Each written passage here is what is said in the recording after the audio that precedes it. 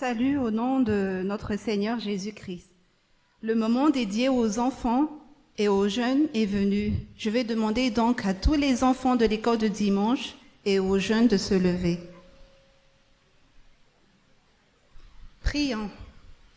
Merci Seigneur de nous avoir permis d'être présents ici aujourd'hui pour écouter et apprendre ta parole.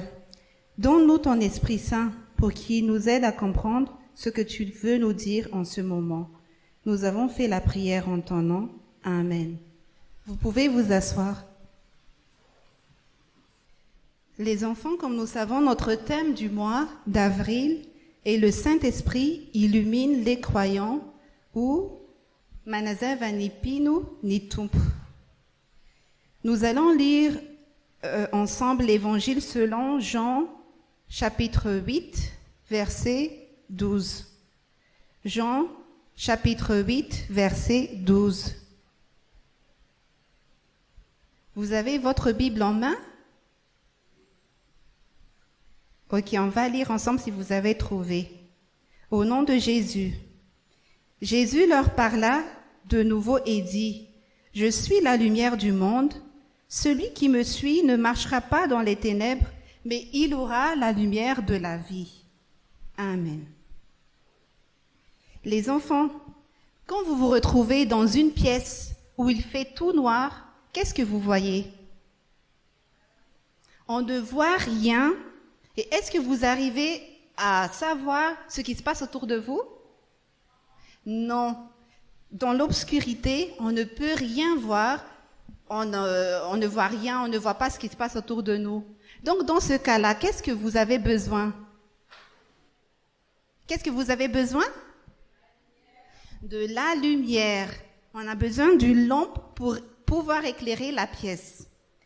Et ici, selon Jean chapitre 8, verset 12, qu'est-ce qui est dit? Qui est la lumière du monde? C'est Jésus, la lumière du monde. Ainsi, Jésus est notre lumière dans notre vie. Pour cela, nous devons suivre et accepter la parole de Dieu qui se trouve où? Dans la Bible. Parce que Jésus, c'est notre lumière dans notre vie. Et nous trouvons tout ce qu'on a besoin dans la Bible.